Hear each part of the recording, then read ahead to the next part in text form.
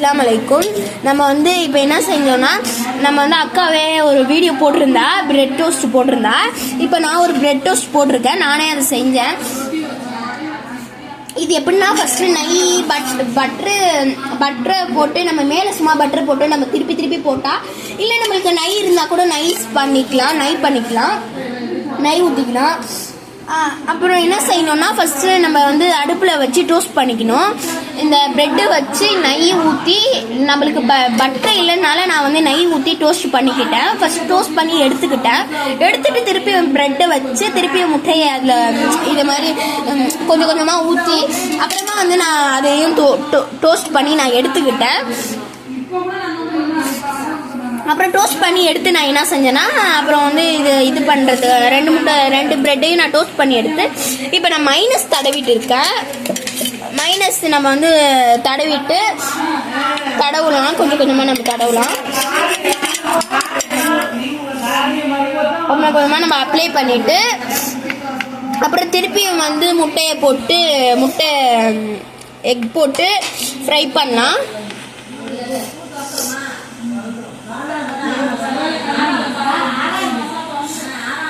ரெண்டு இதுலையுமே இப்போ அப்ளை பண்ணியாச்சுங்க. நெக்ஸ்ட் மசாலா வந்து மசாலா இருக்குல்ல, நம்ம வெங்காயம், அப்புறம் உருளைக்கிழங்கு, அப்புறம் வந்து கேரட்டு நிறைய இது பண்ணி வச்சுருந்தோம். அந்த மசாலா வந்து நான் நெக்ஸ்ட் வீடியோவில் பண்ணுறேன்.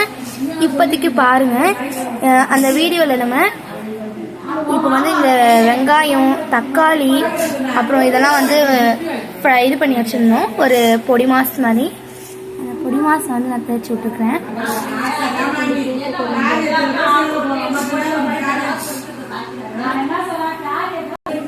பாருங்க, இந்த மாதிரி நல்லா அப்படி பண்ணோம் அப்படின்னாக்கா இது மாதிரி வந்துடும் சூப்பராக. இங்கே பாருங்க, நான் இப்போ பண்ணிட்டேன்.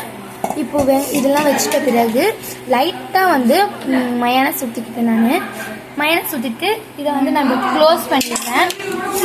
இப்போ வந்து ஆம்லேட் ஊற்றிக்கலாம் அது மேலேயே. இப்போ ஊற்றிக்கிட்டாச்சு. நம்ம நல்லா இப்போ நம்ம க்ளோஸ் பண்ணிக்கலாம். இப்போ இந்த க்ளோஸ் பண்ணதை நம்ம அப்படியே வந்து ஒரு ஃப்ரை பண்ணிடலாம்.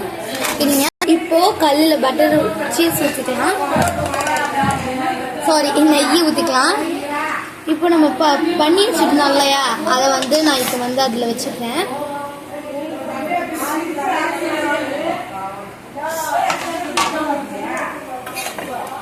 பாருங்க, நல்லா இதாக இருக்குது.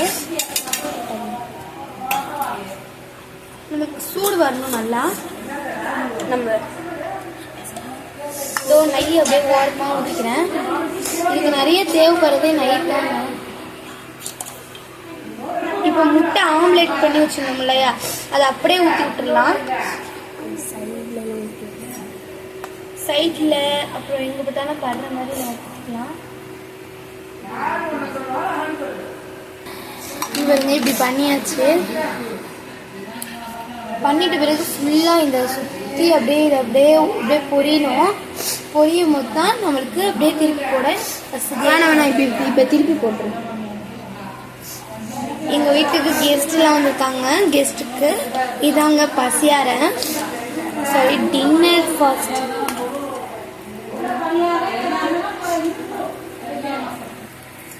இப்போ நம்ம இப்போ திருப்பிக்கலாம். அப்படியே போட்டாச்சு.